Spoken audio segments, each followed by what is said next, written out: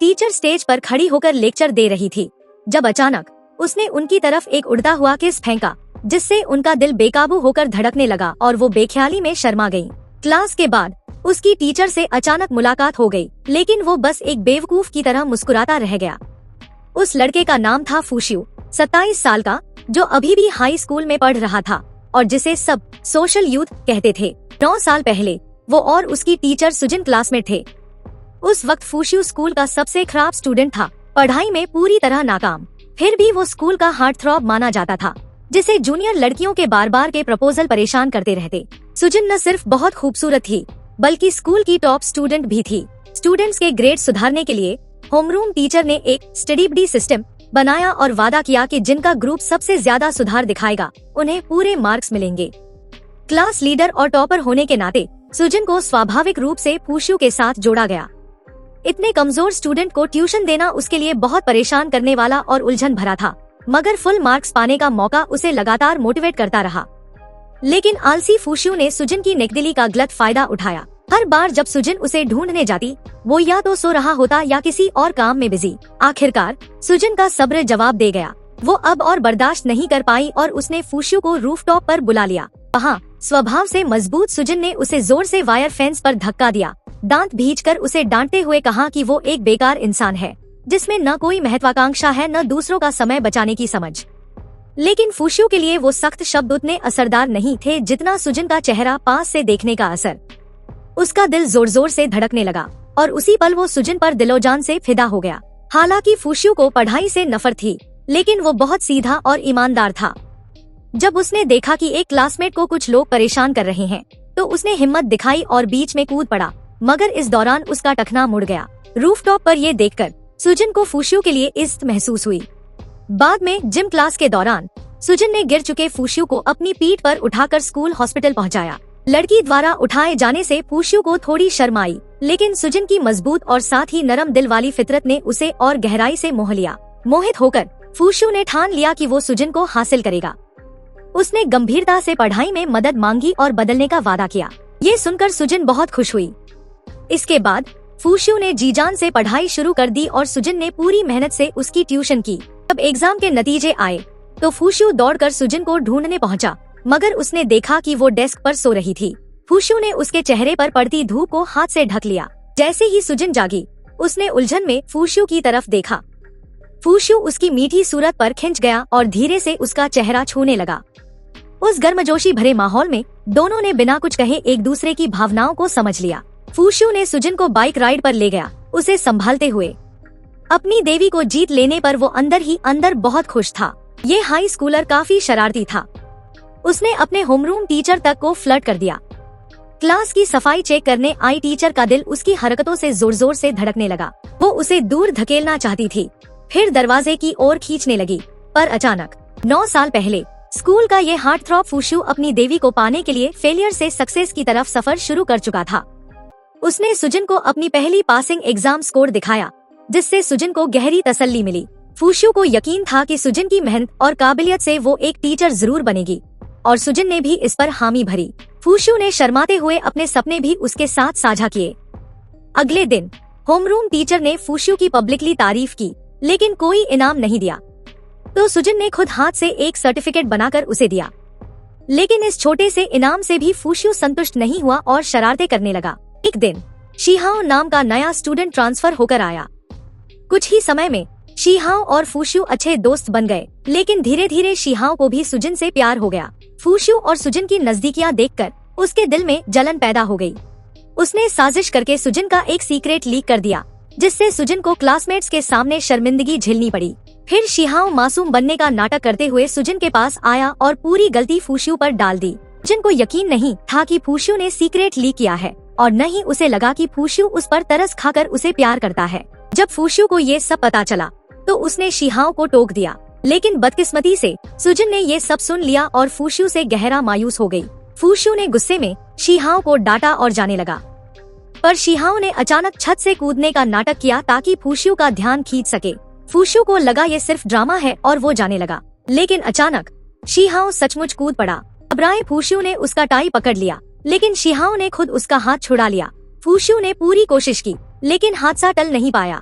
उसी वक्त सुजिन वहां पहुंची और पूरी घटना देख ली।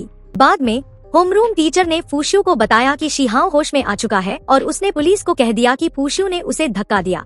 यहाँ तक कि सुजिन ने भी पुलिस को यही बयान दिया। फूशू ने सुजिन से सवाल किया, लेकिन सुजिन चुप रही। आखिरकार फूशू को स्कूल से निकाल दिया गया और उसका रिश्ता सुजिन से टूट गया। स्कूल से निकाले जाने के बाद हाई स्कूल ड्रॉप आउट फूशू अपने 2 दोस्तों के साथ मिलकर एक कंपनी शुरू करता है जो अलग अलग तरह के छोटे मोटे काम यानी और जॉब्स लेती है। एक दिन उसे ब्रेकअप से जुड़ा एक काम मिला, लेकिन उसी दौरान वह अचानक एक डूबने की घटना में फंस गया। एक औरत ने उससे किसी को बचाने की गुहार लगाई। फूशू ने कहा कि वो बिना पेमेंट वाला काम नहीं करता, लेकिन औरत के बार बार कहने पर वो नदी में कूद पड़ा और उस डूबते इंसान को बचा लिया। वो शख्स और कोई नहीं बल्कि सुजिन थी, वो औरत जो मदद मांग रही थी। रेलिंग पर चढ़कर खुदकुशी की कोशिश करने लगी, जिससे पास खड़े स्टूडेंट्स डरकर घुटनों पर बैठ गए और माफी मांगने लगे। दरअसल टीचर सुजिन को अपने एक स्टूडेंट यिंगमिंग से सुसाइड मैसेज मिला था, इसलिए वो फौरन वहां पहुंची। यिंगमिंग को देखकर सुजिन ने उसे सबक सिखाने के लिए नदी में कूदने का नाटक किया, जिससे कहानी की ओपनिंग सीन शुरू होती है। सुजिन की इस जान की बाजी लगाने वाली हरकत ने यिंगमिंग को गहराई से झकझोर दिया और उसे मेहनत से जीने की सीख दी। इसी दौरान उसका फोन वाइब्रेट करने लगा और हाथ से फिसल गया, लेकिन सुजिन का शरीर अब भी हवा में झूल रहा था। खुशकिस्मती से यिंगमिंग ने उसे पकड़ लिया, मगर उसकी ताकत कम पड़ गई और आखिर में दोनों नदी में गिर पड़े। उसी समय वहां मौजूद फूशू ने ये सब देखा और दौड़कर उन्हें पानी से बाहर निकाला। उसे समझ नहीं आया कि सुजिन ऐसा क्यों कर रही थी, इसलिए वो चुपचाप उसका पीछा करते हुए अस्पताल तक पहुंचा। यिंगमिंग से उसे पता चला कि लड़का स्कूल की ग्रेड वाली सख्त सिस्टम को बर्दाश्त नहीं कर पा रहा था और इसी वजह से सुसाइड करना चाहता था। सुजिन ने बस उसे समझाने के लिए नदी में कूदने का नाटक किया था, मगर ये हादसा बन गया। सुजिन के होश में आने के बाद फूशू में उससे आमने सामने बात करने की हिम्मत नहीं थी, लेकिन एक बातचीत चोरी छिपे सुनते हुए उसे पता चला कि टीचर सुजिन असल में सिर्फ कॉन्ट्रैक्ट एम्प्लॉय है। उसने स्कूल के एडमिनिस्ट्रेटर जिन यिनहाओ को परमानेंट जॉब के लिए चुपचाप 50 मिलियन वॉन दिए थे, मगर उसे ठग लिया गया। बाद में जब टीवी पर एक न्यूज पायलट में वो नदी वाला वीडियो चला, तो सुजिन ने देखा कि फूशू ने ही उसे बचाया था। फूशू अब सचमुच लोकल हीरो बन चुका था। उसकी बहादुरी के लिए मेयर ने उसे आउटस्टैंडिंग सिटीजन ऑफ ब्रेवरी का अवार्ड दिया। उधर यिंगमिंग के सुसाइड अटेम्प्ट की खबर से गुस्साए पेरेंट्स स्कूल गेट पर आकर हंगामा करने लगे और एजुकेशन ब्यूरो से स्कूल बंद करने की मांग करने लगे। जब स्कूल लीडर्स इस मसले का हल सोच रहे थे, तभी चेयरमैन का बेटा वू शिहाओ सामने आया और उसने सुझाव दिया कि पब्लिक क्रिटिसिज्म को कम करने के लिए फूशू की हीरो वाली इमेज का इस्तेमाल किया जाए और उसे वापस स्कूल बुलाया जाए। प्रिंसिपल ने फिर फूशू के पुराने होमरूम टीचर से संपर्क किया कि वो उससे बात करे, लेकिन फूशू की मां ने इस आइडिया का कड़ा विरोध किया। दूसरी तरफ शिहाओ खुद सुजिन से मिला और उसे मनाने लगा कि वो फूशू को वापस स्कूल आने के लिए राजी करे।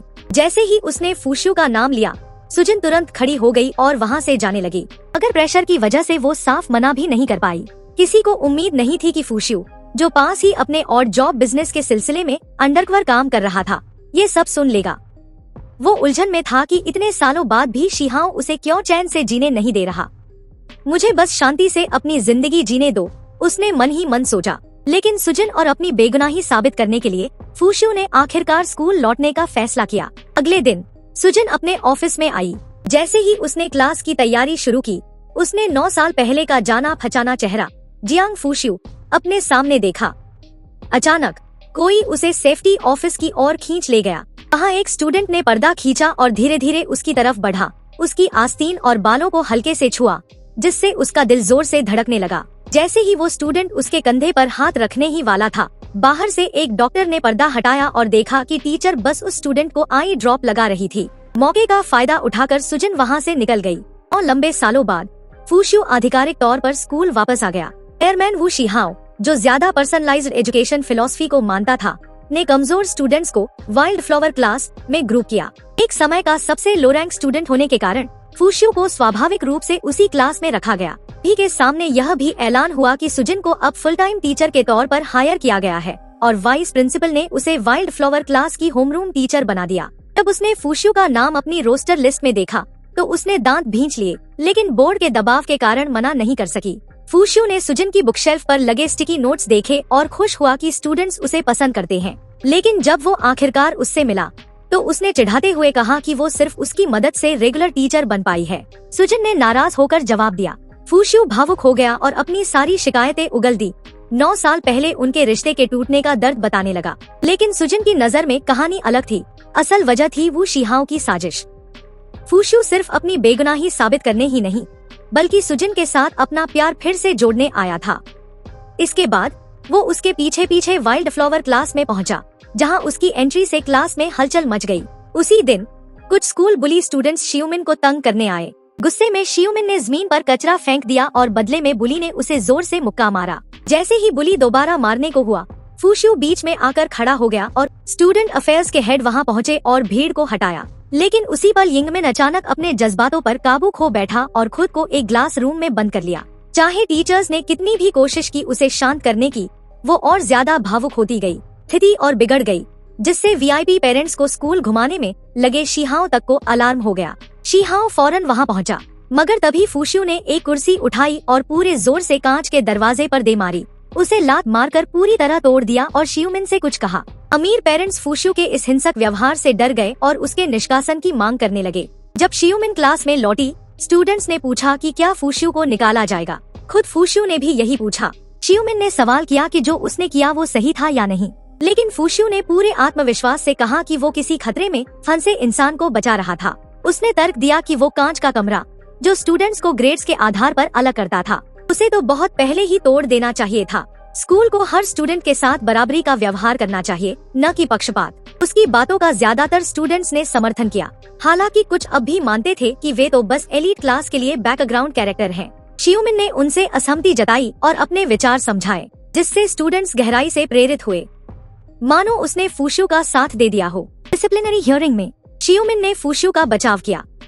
उसने कहा कि भले ही उसने स्कूल की संपत्ति को नुकसान पहुंचाया हो, लेकिन ये गलती इतनी बड़ी नहीं कि उसे निकाला जाए। उसे बस स्कूल सर्विस की सजा मिलनी चाहिए। लेकिन बोर्ड मेंबर्स ने यह बात नहीं मानी और उस पर एक खतरनाक व्यक्ति का पक्ष लेने का आरोप लगाया। सभी ने माना कि फूशु को निकालना ही सही है, लेकिन शियोमिन ने शांत रहते हुए वादा किया कि अगर फूशु ने फिर कोई गलती की तो पूरी जिम्मेदारी वो खुद लेगी। अब देखिए कैसे ये हाई स्कूल लड़का अपनी टीचर से फ्लर्ट करता है। वह उसके पास से गुजरी तो उसने अनायास ही एक नोट जमीन पर गिरा दिया। टीचर ने नोट उठाया और शांत रहकर पढ़ाते रही, पर फूशु के चेहरे पर खुशी छलक रही थी। जब उसने नोट खोला तो उसके चेहरे पर मीठी मुस्कान आ गई। एनलॉल होने के तुरंत बाद, क्योंकि उसने शियोमिन को बचाने के लिए कांच तोड़ा था, बोर्ड मेंबर्स बेहद नाराज थे।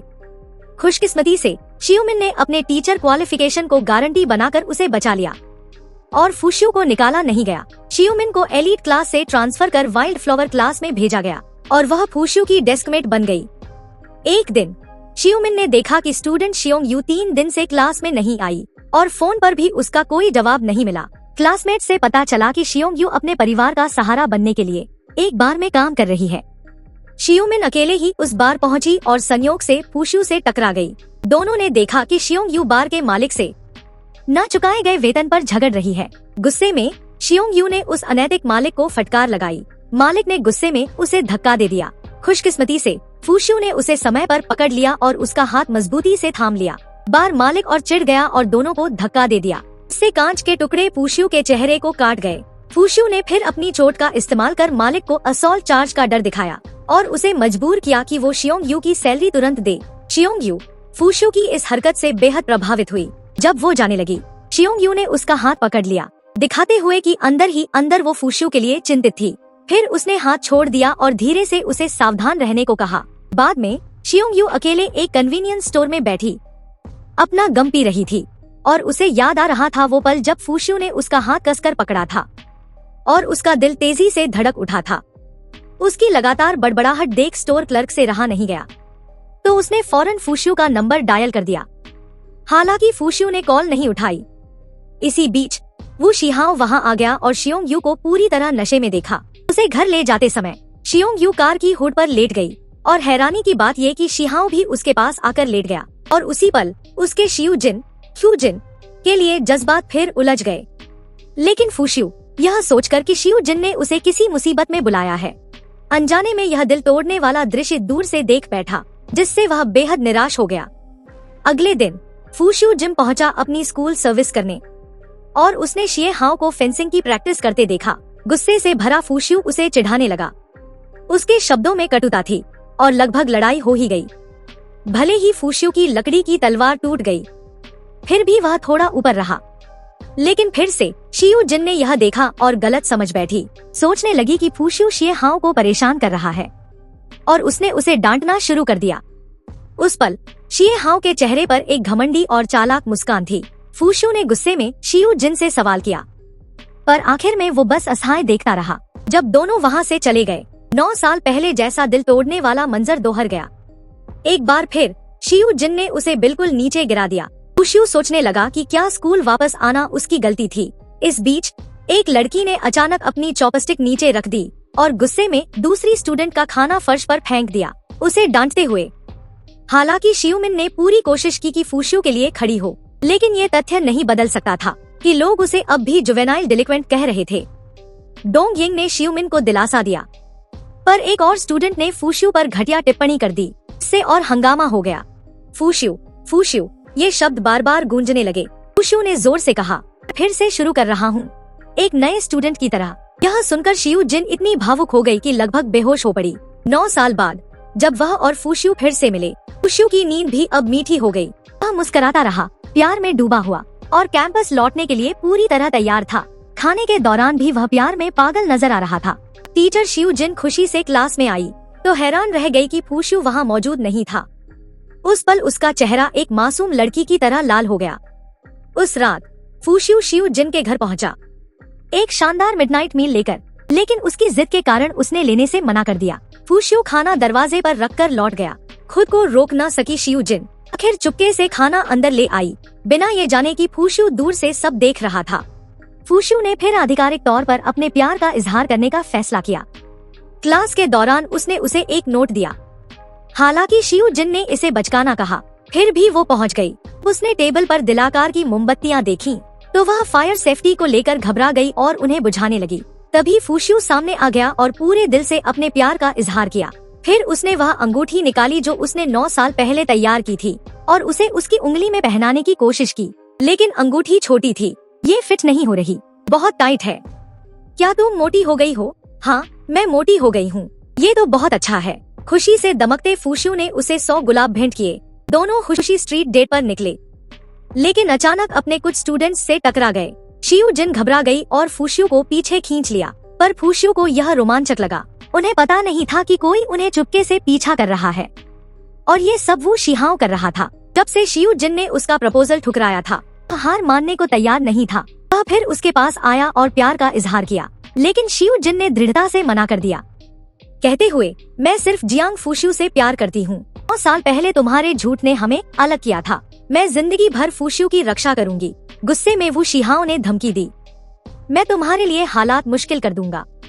क्या तुम्हें लगता है मैं बस इतना ही कर सकता हूँ? अगर मैं ऐसा न करता तो क्या तुम मुझे सिर्फ एक क्लासमेट समझती, कोई मामूली स्कूल ऑफिशियल?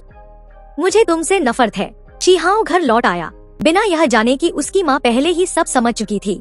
उसने उसे चेतावनी दी कि एक साधारण टीचर के लिए भावुक मत हो, पर शिहाओ भड़क उठा, तुम इसमें मत पड़ो। जैसे ही उसने उसे डांटना चाहा, वो चिल्लाया, मुझ पर हाथ मत उठाना।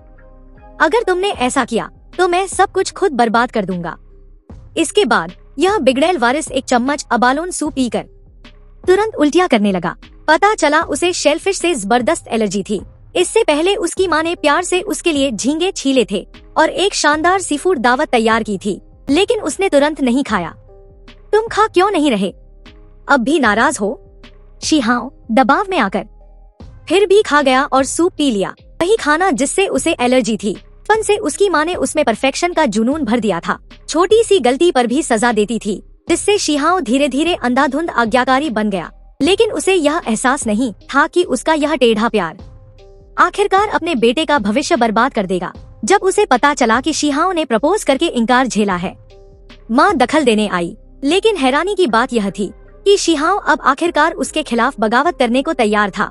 शियू जिन और फूजियो को अलग करने के लिए शिहाओ इतना आगे बढ़ गया कि उसने जिन मिंगहाओ को दोबारा बहाल कर दिया, जिसका गबन एम्बेजलमेंट का पुराना रिकॉर्ड था। इससे शियू जिन बेहद बेचैन हो गई, क्योंकि सालों पहले उसने चुपके से जिन मिंगहाओ को अपनी प्रमोशन में मदद के लिए 50 मिलियन वॉन दिए थे। फूजियो ने वो शिहाओ का सामना किया और चेताया, साल पहले तुमने मुझे और शियू जिन को अलग किया था। चाहे तुम जो भी चाले चलो, हमारे प्यार को नहीं रोक पाओगे। चेयरमैन का बेटा होने का मतलब यह नहीं कि तुम कुछ भी कर सकते हो। उस शाम शिउ जिन ने फू जियू को डिनर पर बुलाया और कबूल किया कि शिहाओ ने फिर से उससे प्यार का इजहार किया है और उसे डर है कि वो जिन मिंगहाओ को फिर से हथियार बना सकता है। फू जियू ने तब स्कूल छोड़ने की पेशकश की, लेकिन शिउ जिन ने कड़ा विरोध किया। बाद में जब शिउ जिन नशे में धुत फू जियू को घर ले गई, वह उसके घर में दाखिल हुई और उसकी माँ को उनके रिश्ते के बारे में बताया। लेकिन नाराज होने के बजाय फू जियू की माँ को पिछले 9 सालों में शिउ जिन ने जो सहा, उसका दुख और गुस्सा महसूस हुआ। हंगामे के बीच शिउ जिन उसी रात फू जियू के घर रुक गई, जिसने उसे गहराई से छू लिया। अगली सुबह बाल अब भी बिखरे हुए फू जियू कमरे से बाहर आया और हैरान रह गया कि शिउ जिन उसके परिवार के साथ नाश्ते की मेज पर बैठी थी, एक गर्मजोशी और मिठास से भरा पल।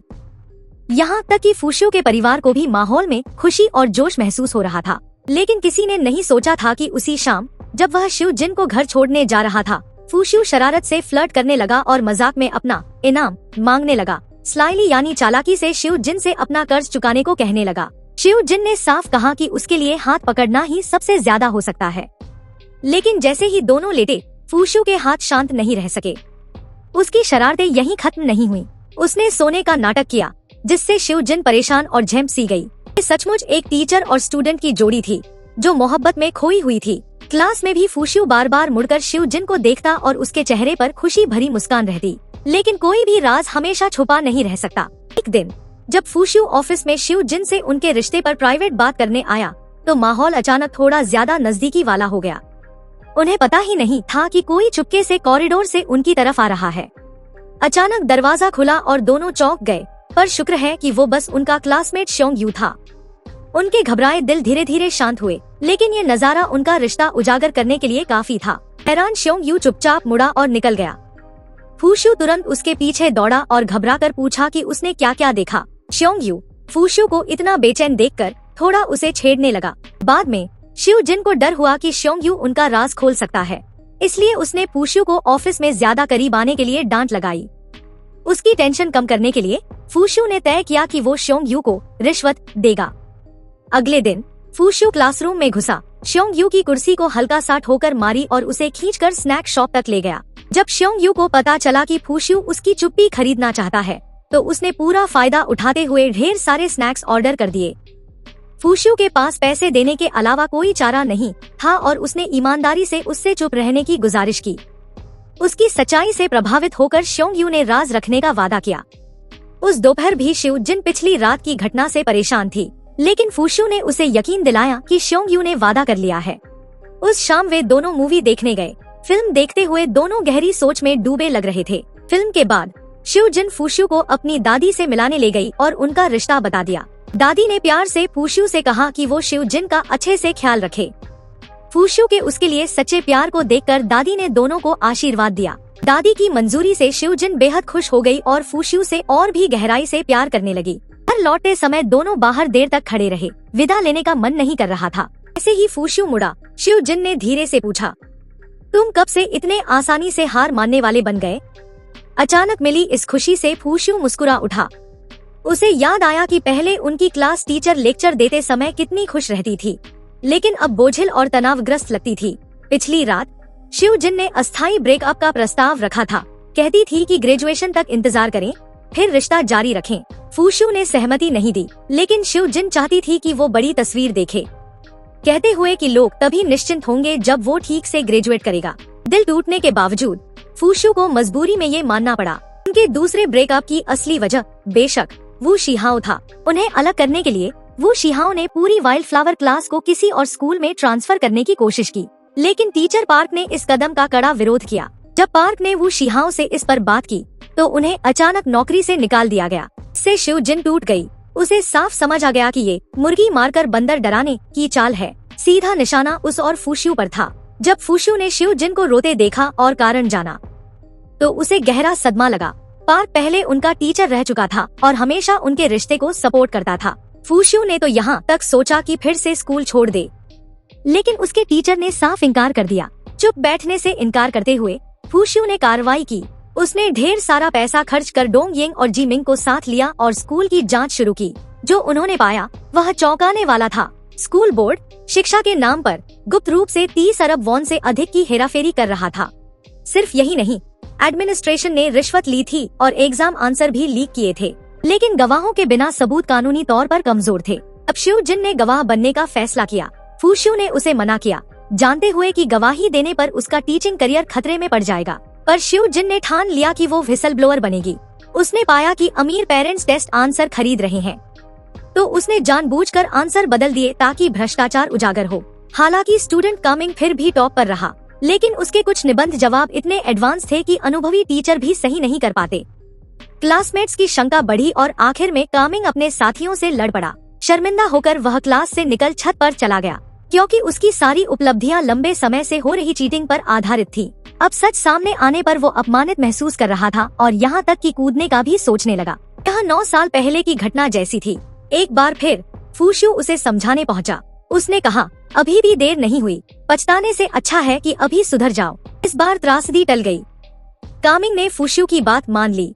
किनारे खड़ा वू शिहाओ वही 9 साल पुरानी छत देखकर अपराध बोध में भर गया। बाद में फूशियो से मिलने पर उसने उसे फिर से सलाह दी, भागो मत शिहाओ, जिंदगी बदलो, फिर से पछताना मत। फूशियो की बातें शिहाओ के दिल में गहराई से उतर गईं। कोरिया में अफवाह थी कि फूशियो वेश्यावृत्ति करता है। ऐसे हाई स्कूल का सच, जो शिक्षा के नाम पर खुल्लम खुल्ला भ्रष्टाचार कर रहा था। खुद वू शिहाओ ने भी गुपचुप रिश्वत ली थी और एग्जाम पेपर लीक किए थे।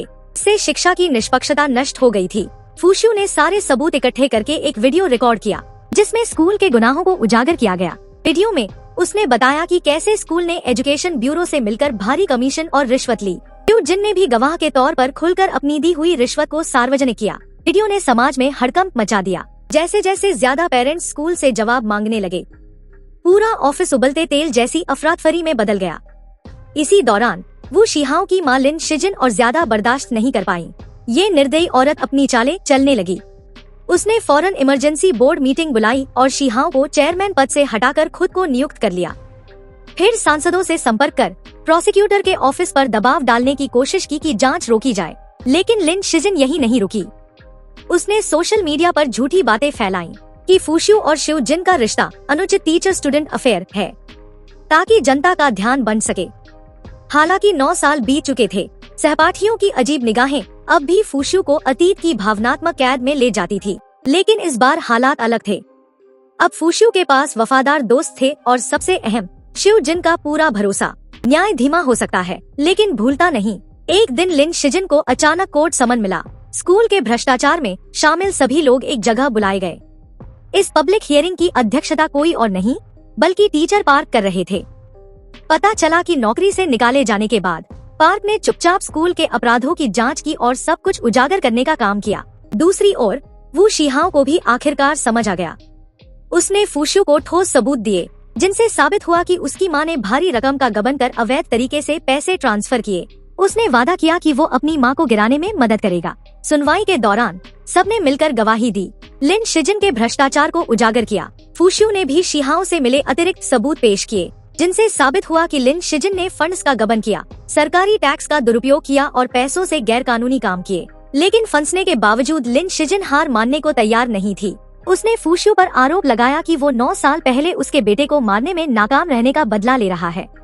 उसी समय शिव जिन खड़ी हुई और दृढ़ता से फूशियो का बचाव किया। लिन शिजिन ने फिर से उनके टीचर स्टूडेंट रिश्ते को हथियार बनाया, लेकिन शिव जिन ने हिम्मत से मीडिया के सामने अपने प्यार का ऐलान कर दिया। मैं उससे प्यार करती हूँ, भले मैंने कुछ गलत किया, पर मैं सच्चे दिल से उससे प्यार करती हूँ। मैं उसका सम्मान करती हूँ। शिहाओ भी सामने आया और जनता को सच बताया। उसने माना कि 9 साल पहले की घटना में फूशियो ने कोई स्कूल वायलेंस नहीं किया था।